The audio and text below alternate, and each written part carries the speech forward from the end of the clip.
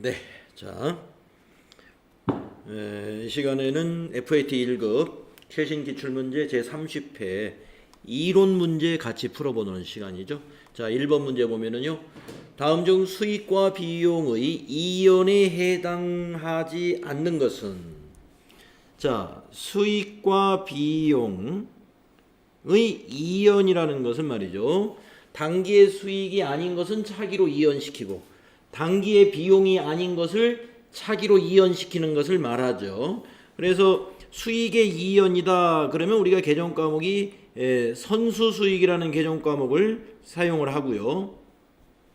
이걸 자산으로 우리가 처리를 하지 않습니까? 이거 부채로. 선수수익은 부채죠.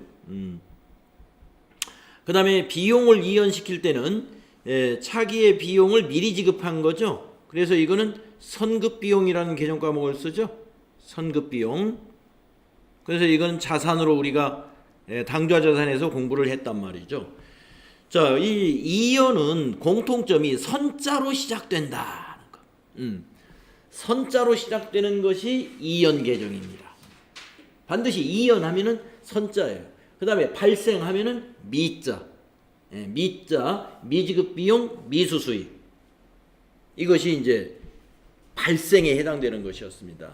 자, 그러면은 밑에 설명을 보니까 전부 선자네요. 자, 그런데 전부 선자인데 수익과 비용을 한번 챙겨봅시다. 자, 선급 임차료, 이거 임차료 비용이죠? 네, 선급 비용에 해당이 돼요. 자, 선수금, 요 선수금은요 계약금이에요. 계약금. 그 다음에 선수 임대료, 임대료 수익이죠. 임대료. 선수 임대료 수익이니까 선수 수익 부채로 계산하잖아요. 아까 선급 임차료, 이거 선급 비용이니까 자산으로 처리하잖아요. 그 다음에 4번에 선급 보험료. 보험료가 뭐예요? 비용이죠. 미리 지급한 선급 보험료. 그게 바로 선급 비용이에요. 그래서 자산으로 계산하는 거. 당좌 자산에 선급 비용이 있다 이겁니다.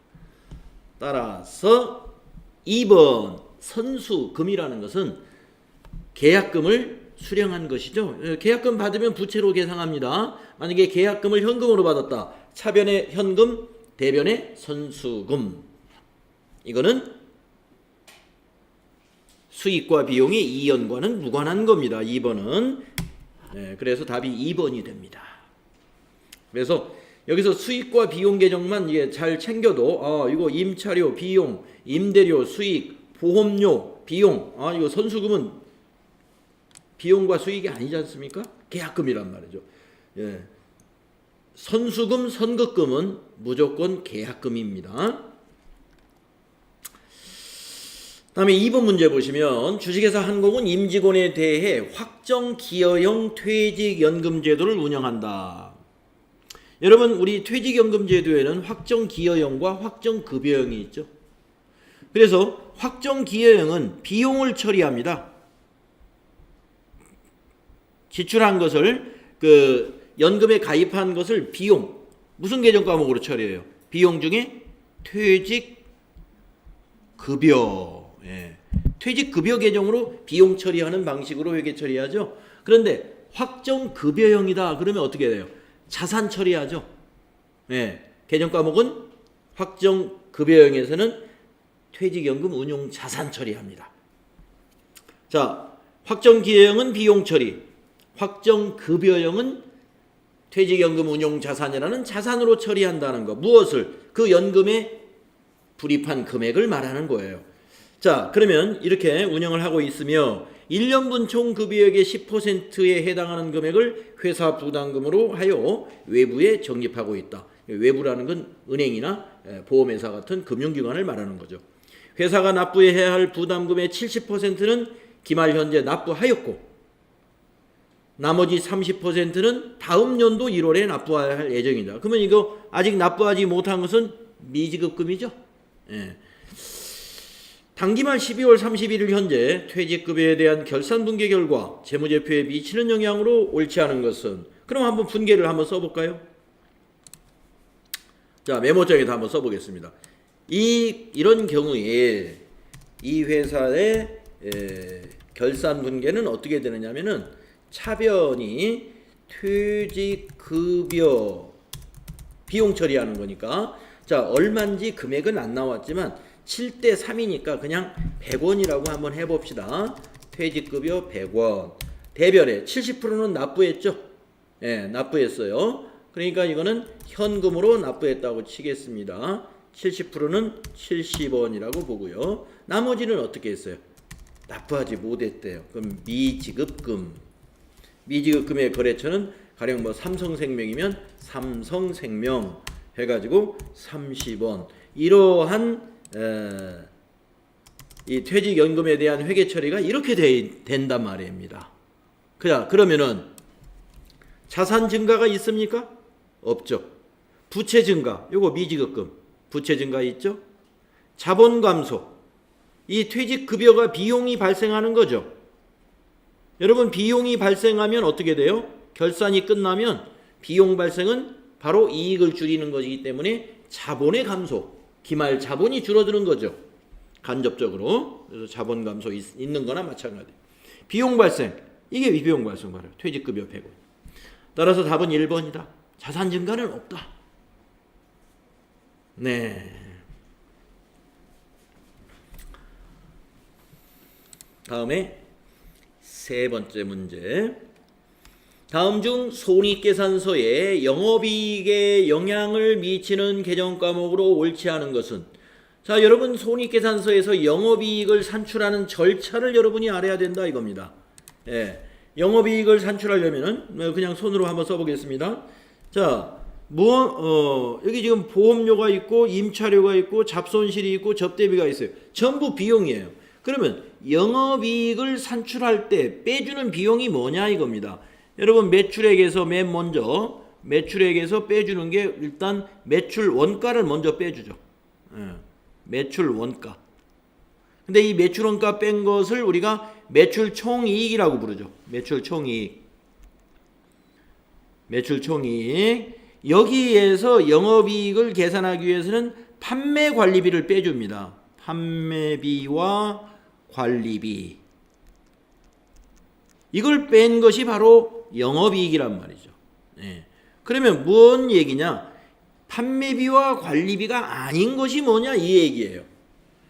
영업이익에 영향을 미치는 계정 과목, 판매비와 관리비는 영업이익에 영향을 미친다 이겁니다. 매출 총이익에서 판매비와 관리비를 뺀 것이 영업이익이니까 보험료, 판매비와 관리비, 임차료, 판매비와 관리비, 접대비, 판매비와 관리비, 잡손실은 영업의 비용이다. 영업의 비용은 영업이익에는 영향을 안 주죠. 그 밑에 법인세 차감전 이익이라든가 당기순이익에는 영향을 미치지만. 그 다음에 네 번째 문제. 주식회사 한공은 2018년 무형자산과 관련된 지출액 중 비용으로 처리한 금액은 얼마냐? 무형자산과 관련된 지출액 중 비용 처리하는 거. 네. 연구 단계에서 지출한 금액이다. 여러분 연구 단계는요 개발 단계의 지출이 아니기 때문에 연구비 이거 비용입니다. 우리가 무형자산으로 인식하려면요 개발 단계의 지출이 되어야 돼요. 예, 그리고 그것이 미래의 효익이 기대되어야 되고 그 다음에 무형자산으로서 인식되는 요건이 있죠. 그런 요건이 충족돼야 돼요. 자, 제품 개발 단계에서 지출한 금액 요 30만 원. 이거는 해당이 되겠네요. 그런데 뒤에 이중 10만 원은 자산 인식 요건을 충족시키지 못하였다. 그러면 이 10만 원은 비용이다 이거예요. 10만 원은 비용이다. 자산 인식 요건을 충족하지 못하니까 무형자산으로 인정할 수 없다는 얘기가 된다는 거죠. 그러면 문제에서 무형자산을 물어봤나요? 비용을 물어봤나요? 비용을 물었죠? 네. 무형자산을 물은 줄 알았어요. 제가 문제를 언뜻 보니까. 무형자산을 물었다면은 20만 원이에요. 답이 2번. 그런데 문제를 보니까 무형자산을 물은 게 아니라 비용을 물어봤네요. 비용은 여기 50만 원하고 여기 10만 원하고 이게 비용입니다. 그래서 3번 문제가 좀 꼬아서 냈네요. 3번 비용은 3번이다. 다음 5번 문제. 다음 자료에 의해 주식회사 한공의 2019년 12월 31일 매출 채권 금액을 산출하면 얼마냐? 자, 여러분들 이런 매출 채권을 12월 말 현재의 매출 채권을 물어봤어요. 네, 기초가 60만 원 있었는데 매출 채권 회수를 130만 원 했다? 자, 매출 채권 여러분 T 계정을 그려야 돼요. 이럴 때는요. 시험지 중간에다가 자, 이게 매출 채권, 즉 외상 매출금이라는 그런 계정 과목이라고 생각을 하시고 외상 매출금과 받으러움을 하나로 묶어서 매출 채권이다 이거예요. 기초 60만 원 어디다 기록해요? 차변에 기록해야죠. 회수액, 회수는 어디요? 대변에 기록하는 거죠. 이거 회수했대요. 자, 그런데 현금 매출이 30만 원 했다. 이건 매출 채권하고는 상관은 없죠. 매출 원가가 100만 원인데 매출 총이익이 40만 원이다.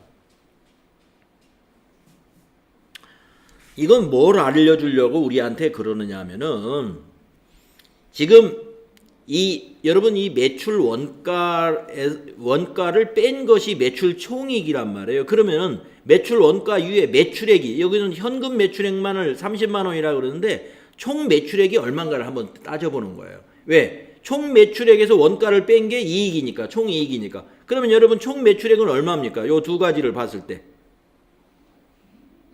매출액. 자, 매출액에서 원가 100만 원을 뺐더니 매출 총이익이 40이래요. 그러면 총 매출액이 얼마예요? 매출 원가 100만 원을 뺐더니 그렇지. 140만 원이 이게 매출액이에요. 140만 원 매출액 중에서 현금으로 매출한 것이 30만 원이면 나머지는 외상으로 매출했다는 거죠. 그게 매출 채권 아닙니까? 외상.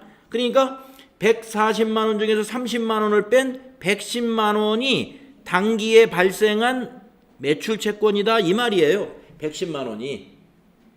자, 그러면 이제 답이 나옵니다. 자, 매출 채권 기초에 60만 원 있었다가 당기에 110이 발생했어요. 그러면 차변합계가 170만 원. 그런데 130만 원을 회수했대요. 그러면 여기서 물어보는 게 뭐예요? 12월 31일 매출 채권이 얼마요? 이걸 물었잖아요. 그러면 그게 기말이잖아요. 이거 170만 원 만들려면 기말이 얼마가 된다는 거예요? 40만 원이란 얘기죠. 이렇게 구하면 된다 이거예요.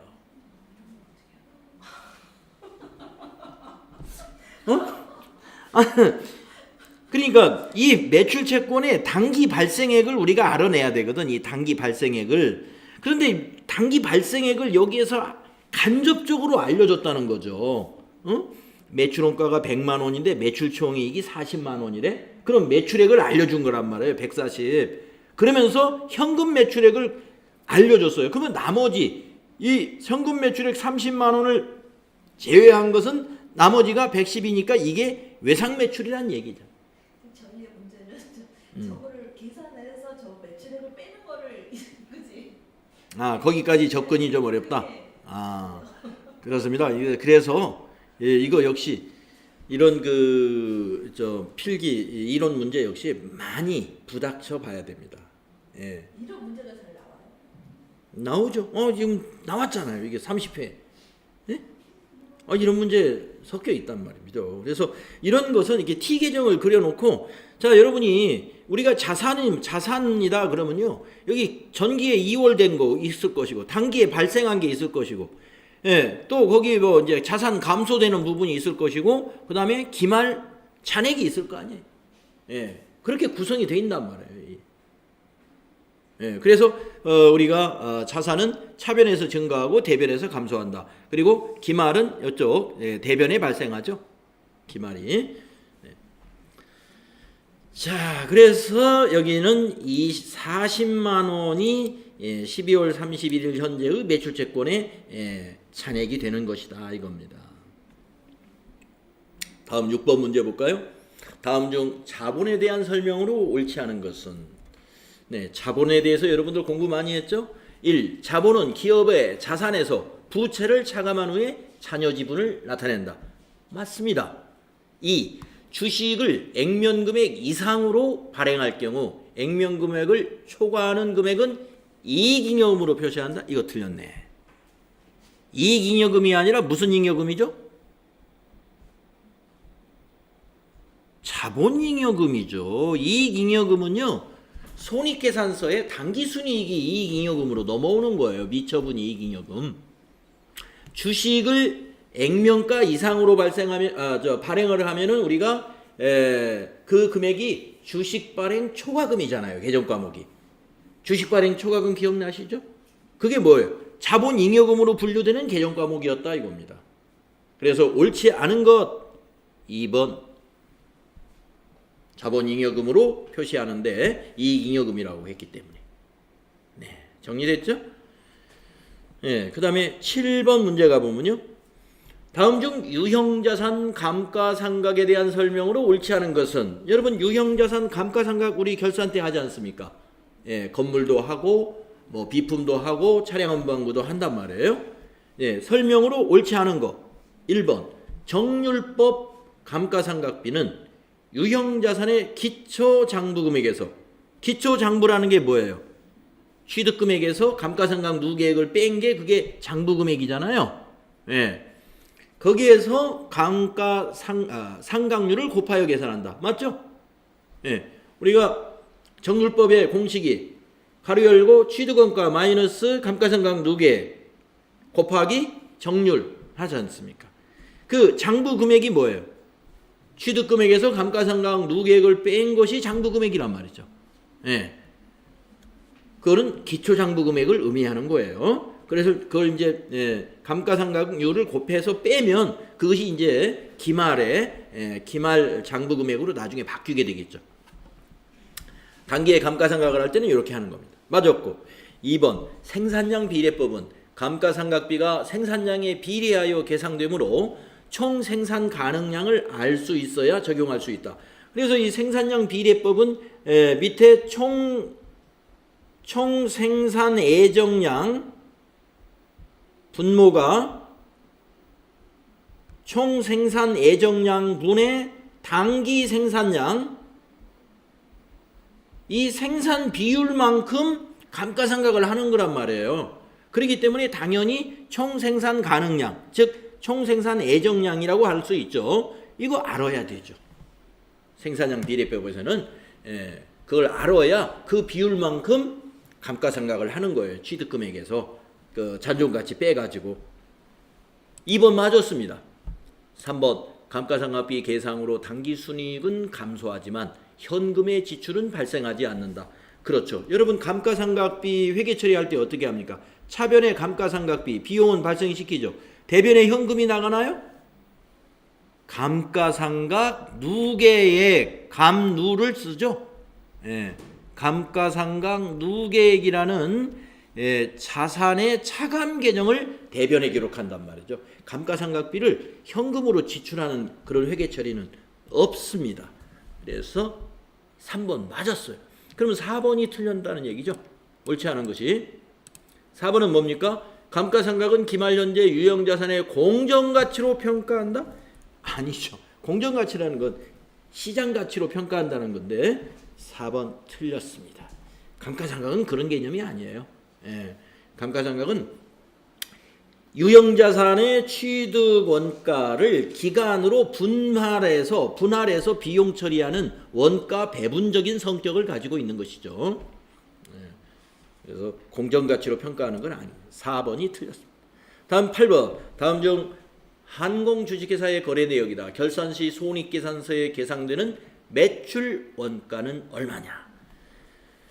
네, 여러분들 매출 원가 구하라고 하면서 말이죠. 이런 거 막 숫자가 기초가 있고 매입이 있고 이러면 이럴 때도 또 T 계정 쓰는 거예요.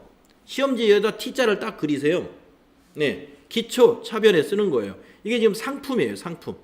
이게 상품. 이런 문제 나오면요. 상품 T 계정을 그립니다. 자, 기초 차변이죠. 5만 원.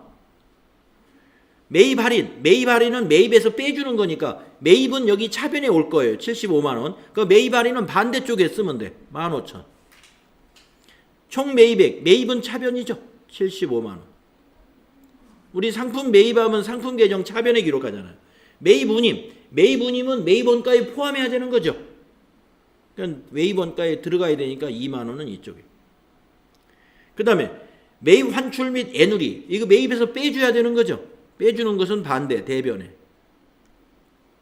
기말재고 17만 원. 네, 기말재고는 대변에 오는 거예요. 자, 그래서 이 차변과 대변의 차이가 매출원가가 되는 거예요, 바로. 네, 자, 차변 합계를 다 더해 봅니다. 82만 원. 대변 합계를 더해 봅니다. 8만 5천 원에 24만 원. 15만 5천 원. 아니. 25만 5천 원이죠. 자, 하여튼 이게 82만 원이 돼야 돼요. 이 합계가. 자, 그러면 82만 원에서 22만 5천 원을 빼봅니다. 82만 원 마이너스 22만 5천 원. 빼보면 59만 5천 원이 나와요. 응? 자, 계산 맞나요? 17만 원 더하기 7만 원 하면은 24만 원에 25만 5천 원. 82만 원에서 25만 5천 원을 빼면 56만 5천 원이 나오네요. 56만 5천 원. 여러분 여기 82만 원에서 이걸 빼보세요. 이거를 82만 원 대변의 합계가 82만 원이 돼야 되니까 이게 빼면 여기 이제 원래 매출원가 자리 우리 여기다 쓰잖아요. 매출원가. 매출원가. 요게 56만 5천 원이 된다 이겁니다. 그래서 매출원가 56만 5천 원에다 요거 쭉 더하면 82만 원이 나와요. 네, 그래서 이런 문제는 이렇게 T계정 그려가지고 차대변의 자리를 잘 배치하시면 쉽게 답을 찾을 수 있다. 이해 가시죠? 네. 다음에 9번째 문제는요. 다음 중 결산분계의 결과에 해당하지 않는 것은 이랬습니다. 자, 주식회사 한공은 2019년 말 현재 기중 취득한 단기매매증권과 매도가능증권을 보유하고 있다. 단기매매증권의 평가 손실은 50만 원이 발생했고 매도가능증권의 평가이익은 30만 원이 발생하였다. 1. 자산이 20만 원 감소한다. 해당하지 않는 거 찾으라고 그랬죠? 자, 자산이 여기에서 말이죠. 여기 지금 두 건을 따져봐야 돼요. 단기매매증권 자산이죠. 매도가능증권 자산입니다. 두 개가 다. 그죠? 네. 그런데 평가 손실 50만 원 했으니까 여기선 자산 감소 50만 원 맞아요. 그런데 이건 자산 감소 50만 원 있어요. 자, 그런데 밑에는 매도가능증권 평가 이익이 30만 원 났어요. 그러면 여기는 자산이 증가한 거죠. 매도가능증권이 자산이. 이건 자산 증가가 있어요.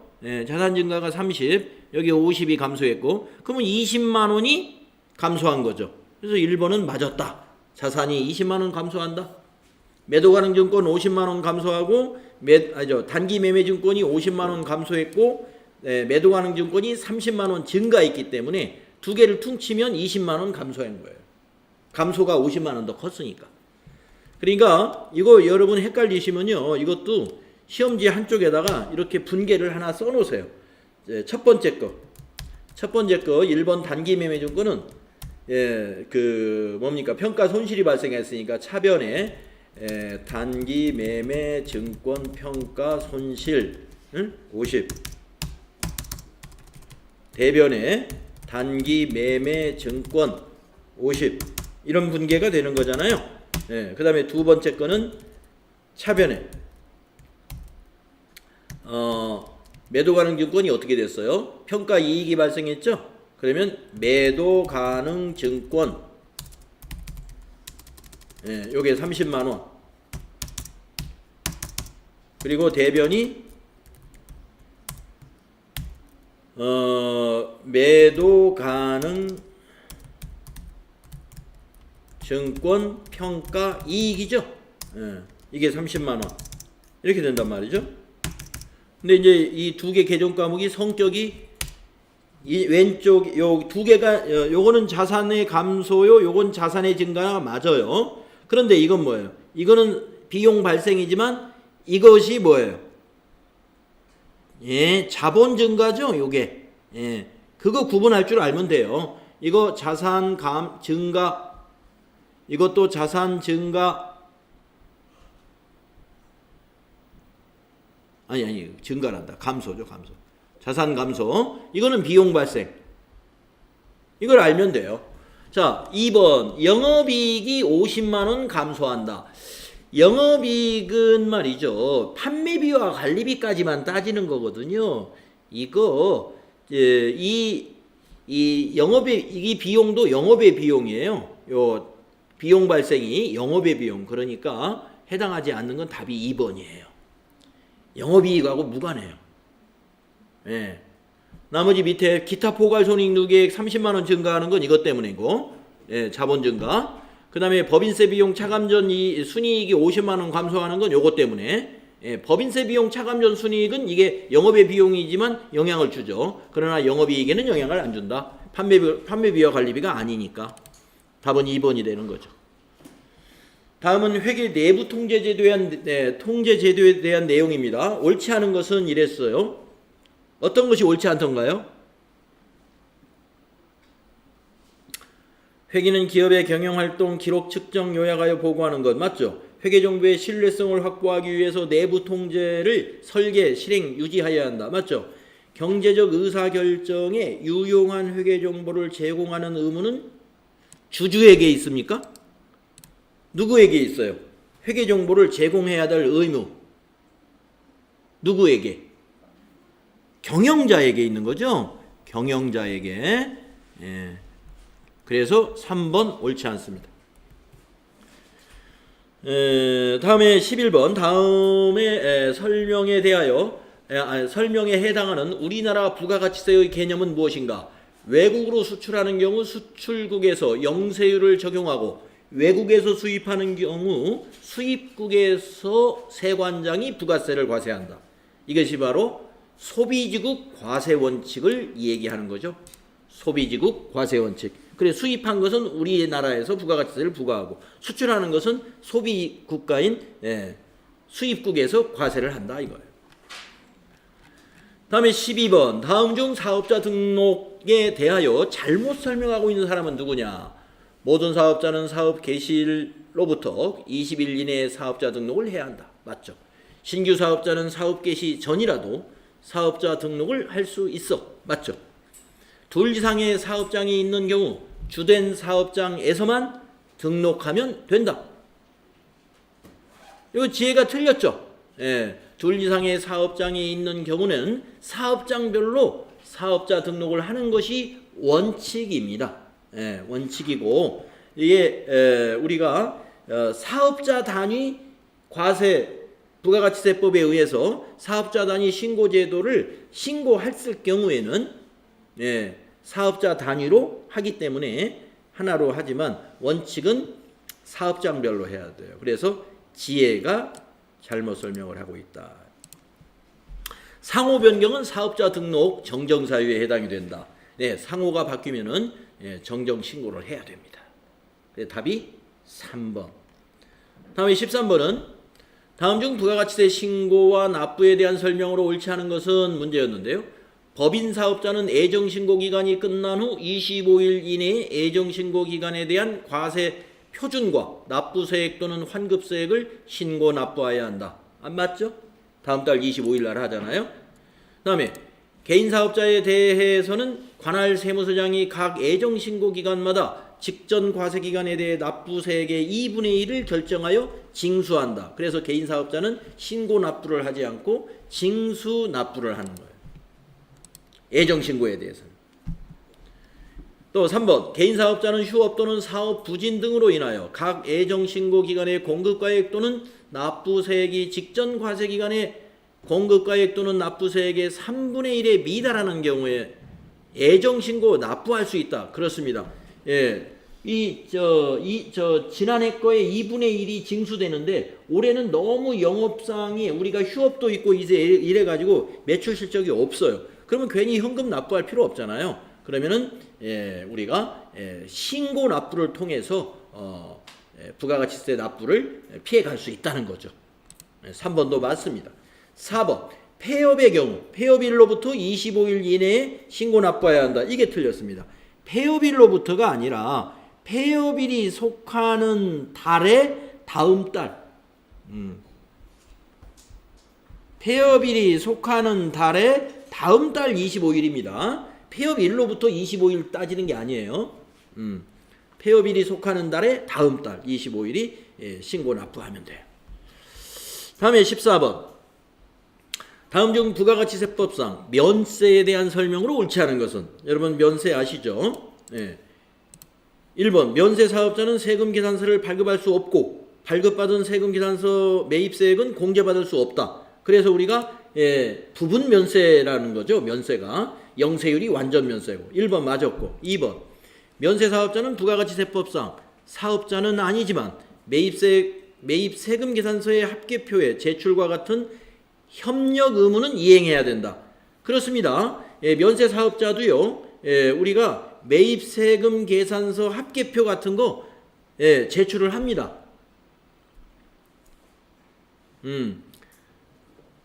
자, 그 다음에 3번 부가가치세의 역진성을 완화하기 위하여 주로 기초생활필수품 및 용역에 대하여 적용 신고하고 있다. 맞죠? 4번 면세사업자의 선택에 따라 제한 없이 면세를 포기할 수 있다. 4번이 틀렸습니다. 왜 틀렸느냐? 면세사업자가 면세를 포기할 수 있는 것은요, 제한이 없는 것이 아니라 제한이 있어요. 뭐죠? 수출의 경우, 또 과학기술의 진흥에 관한 경우에 이렇게 두 가지로 해당이 됐을 때 면세사업을 포기하고 영세율을 적용받을 수 있다. 그래서 4번 제한 없는 것이 아닙니다. 제한이 있다는 것. 그 다음에 마지막 문제. 다음 중 부가가치세법상 전자세금계산서에 대한 설명으로 옳지 않은 것은? 이랬습니다. 1번 전자세금계산서는 공인인증 시스템을 거쳐 정보통신망으로 발급하는 세금계산서를 말한다. 맞습니다. 2번 전자세금계산서의 의무 발급 대상자는 법인사업자만. 2번 틀렸죠? 법인사업자가 의무 발급자는 맞아요. 근데 법인사업자만이 아니라 개인사업자 중에서도 직전 연도에 매출액이 얼마 이상이죠? 직전 연도 3억 원? 기억하시죠? 3억 원입니다. 3억 원. 그래서 옛날에는 우리가 그 과세 사업의 매출액만을 3억 원으로 따졌는데 지금은 과세 사업과 면세 사업을 겸용하는 사업자인 경우에 두 개를 다 모두 합쳐서 3억 원 이상인 개인 사업자는 의무 대상자이다. 그래서 2번이 옳지 않다.